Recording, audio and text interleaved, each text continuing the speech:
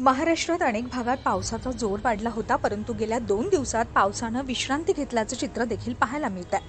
मात्र येत्या 48 तासात राज्यात पुन्हा जोरदार पावसाचं कमबॅक होईल असं देखील हवामान विभागानं म्हटलंय। जाणून घेऊयात राज्यातील पावसाच्या परिस्थितीविषयी। मुंबई, ठाणे, पालघर या शहरांना ऑरेंज अलर्ट हवामान खात्याकडून जारी करण्यात आला असून पालघरला रेड अलर्ट देण्यात आला। मुंबईसह उपनगरात मुसळधार ते अतिमुसळधार पावसाचा अंदाज हवामान खात्याकडून वर्तवण्यात आला आहे। उद्या मुंबईमध्ये 30 अंश सेल्सिअस कमाल तर 27 अंश सेल्सिअस किमान तापमान असेल।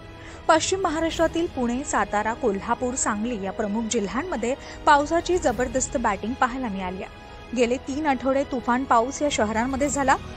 पुणे आणि सातारा या शहरात पावसानं उघडीप दिल्याचं चित्र आत्ता तरी दिसून येत आहे, परंतु येत्या काही तासात जोरदार पाऊस या ठिकाणी होईल असं हवामान विभागानं स्पष्ट केलंय।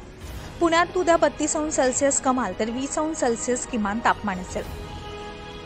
विदर्भात पावसाचा जोर मात्र वाढला असल्याचं चित्र दिसतंय। तुरळक ठिकाणी विजांच्या कडकडाटासह जोरदार पावसाची शक्यता हवामान विभागानं वर्तवली आहे। ऑगस्ट महिन्याच्या सुरुवातीला विदर्भात पावसानं उघडीप दिली होती, परंतु आता नागपूर, अकोला, वर्धा या ठिकाणी पावसाच्या हलक्या ते मध्यम सरी कोसळतील असं हवामान विभागानं म्हटलंय। नागपूरमध्ये उद्या 32 अंश सेल्सिअस कमाल तर 25 अंश सेल्सिअस किमान तापमान असेल। मराठवाड्यातील जालना, परभणी या जिल्ह्यांमध्ये हलक्या ते मध्यम पावसाचा अंदाज आहे। दुसरीकडे बीड, संभाजीनगर, नांदेड या जिल्ह्यात विजांसह पावसाची शक्यता वर्तवण्यात आली आहे। छत्रपती संभाजीनगरमध्ये उद्या 33 अंश सेल्सिअस कमाल तर 21 अंश सेल्सिअस किमान तापमान असेल।